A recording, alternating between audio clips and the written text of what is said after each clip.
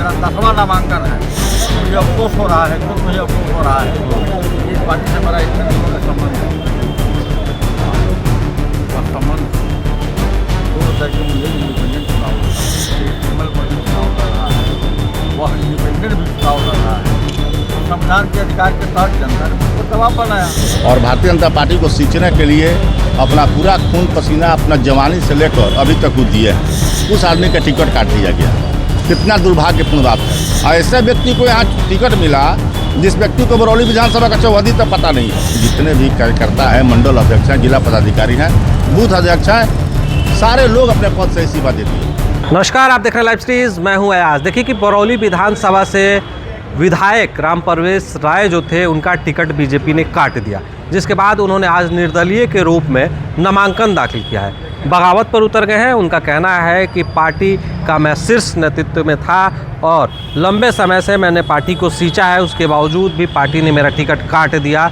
Party मेरे साथ धोखा की है, जिसको लेकर वो अपने समर्थकों को भी लेकर आए थे और उन्होंने नामांकन दाखिल किया। उन्होंने कहा है कि वहाँ से प्रखंड स्तर से लेके सभी स्तर के जो समर्थक थे, भारतीय जनता पार्टी के जो कार्यकर्ता थे, सबको उन्होंने सामूहिक तौर पर इस्तीफा दिलवा दिया है और वो लोग निर्दलीय चुनाव लड़ने के लिए उन्होंने घोषणा कर दी और आज उन्होंने नामांकन पत्र बरौली विधानसभा 1 से दाखिल भी कर दिया है। विरोध कर रहे हैं। वहीं उनके बेटा जो चुनावी मैदान में आने वाले थे, उनका कहना है कि कुछ बीजेपी के जो नेता हैं उनके द्वारा यह टिकट कटवाया गया है। सीधे तौर पर उन्होंने कई नेताओं पर भी आरोप लगा दिया है।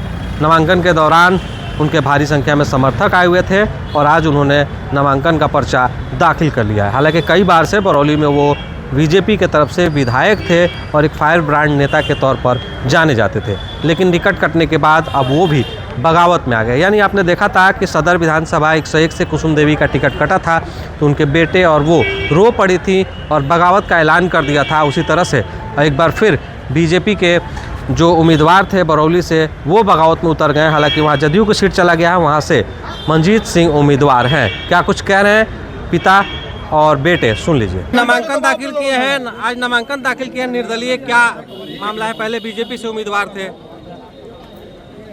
जी, पहले मैं बीजेपी का उम्मीदवार हुआ करता था।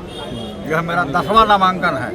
मेरे राजनीतिक लाइफ में 10वां नामांकन है। एक बार और मैंने निर्दलीय नामांकन किया था 1990 में, लेकिन 8 बार मैं बीजेपी के सिंबल पर नामांकन किया हूँ और मुझे अफसोस हो रहा है, खुद मुझे अफसोस हो रहा है कि इस पार्टी से मेरा इतने दिनों का संबंध है और वह संबंध दूर करके मुझे इंडिपेंडेंट चुनाव लड़ना पड़ा। तो पार्टी में अच्छा समय था, लंबे समय था पार्टी में थे, क्या लगता है क्यों?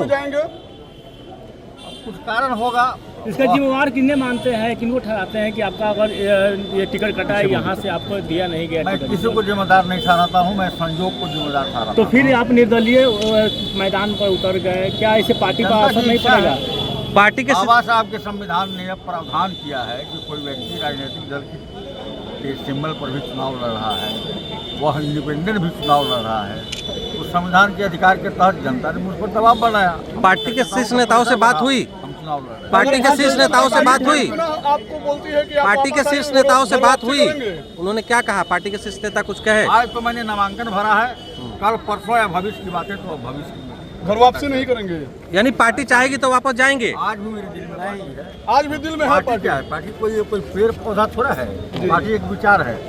वो विचार जीवन भर मृत्यु पर्यंत अंदर है। नामांकन दाखिल। देखिए, हमारे पिताजी जनसंघ काल से भारतीय जनता पार्टी का सदस्य हैं और भारतीय जनता पार्टी को सींचने के लिए अपना पूरा खून पसीना अपना जवानी से लेकर अभी तक वो दिए हैं। और जिसके साथ मान लीजिए जो व्यक्ति 5 बार से विधायक है और 15,000 से जिस आदमी का लीडिंग था 2020 में, उस आदमी का टिकट काट दिया गया। कितना दुर्भाग्यपूर्ण बात है। आदमी कोई शौक से निर्दलीय थोड़ा चुनाव लड़ता है। यही कारण है कि निर्दलीय चुनाव लड़ने का घोषणा हुआ। जब जनता का मर्जी है कि चुनाव लड़ना है तो वही ना होगा।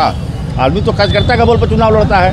और ऐसे व्यक्ति को यहाँ टिकट मिला जिस व्यक्ति को बरौली विधानसभा का चौहदी तक पता नहीं है, आज तक अपने गाँव से बाहर निकला ही नहीं, न किसी क्षेत्र में किसी के दुख सुख में कभी सम्मिलित हुआ। तो क्या लगता है कि कौन इसके पीछे जिम्मेदार है? पार्टी के दिनों से पार्टी में थे तो कैसे उसने कर दिया? देखिए, पार्टी में दिल्ली से टिकट फाइनल होता है और दिल्ली से परसों मेरा टिकट फाइनल हुआ था पिताजी का। तो पहले एनडीए के पास 3 बीजेपी के जो सीट हुआ करता था, अब कट के 2 हो गया। देखिए, बिहार में भाजपा में बहुत ऐसे नेता हैं जो कर्मठ हैं, काफ़ी दिन से काम किए हैं, वैसे वैसे लोगों का टिकट कटा है।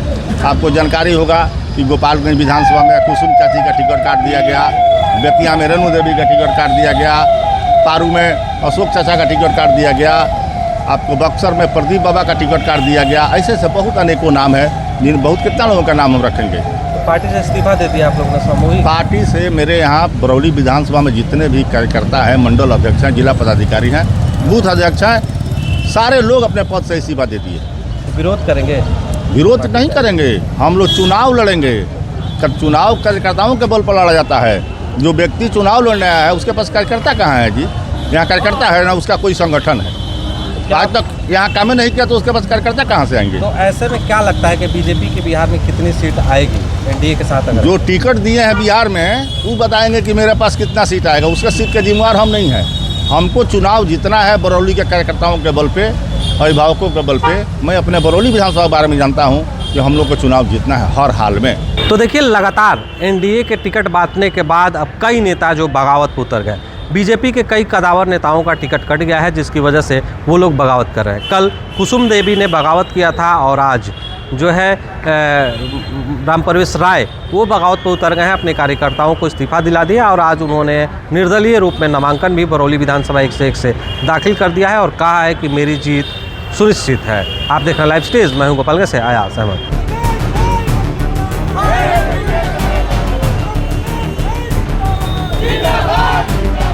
पहले मैं बीजेपी का उम्मीदवार हुआ करता था, यह मेरा 10वां नामांकन है। मुझे अफसोस हो रहा है, खुद मुझे अफसोस हो रहा है। इस पार्टी से मेरा इतने दिनों का संबंध है और संबंध 2000 के मुझे इंडिपेंडेंट चुनाव कमल पर चुनाव लड़ रहा है, वह इंडिपेंडेंट भी चुनाव लड़ रहा है। संविधान के अधिकार के तहत जनता ने मुझको दबाव बनाया और भारतीय जनता पार्टी को सींचने के लिए अपना पूरा खून पसीना, अपना जवानी से लेकर अभी तक वो दिए हैं। उस आदमी का टिकट काट दिया गया, कितना दुर्भाग्यपूर्ण बात है। ऐसे व्यक्ति को यहाँ टिकट मिला जिस व्यक्ति को बरौली विधानसभा का चौहदी तक पता नहीं है। जितने भी कार्यकर्ता हैं, मंडल अध्यक्ष हैं, जिला पदाधिकारी हैं, बूथ अध्यक्ष हैं, सारे लोग अपने पद से इस्तीफा दे दिए।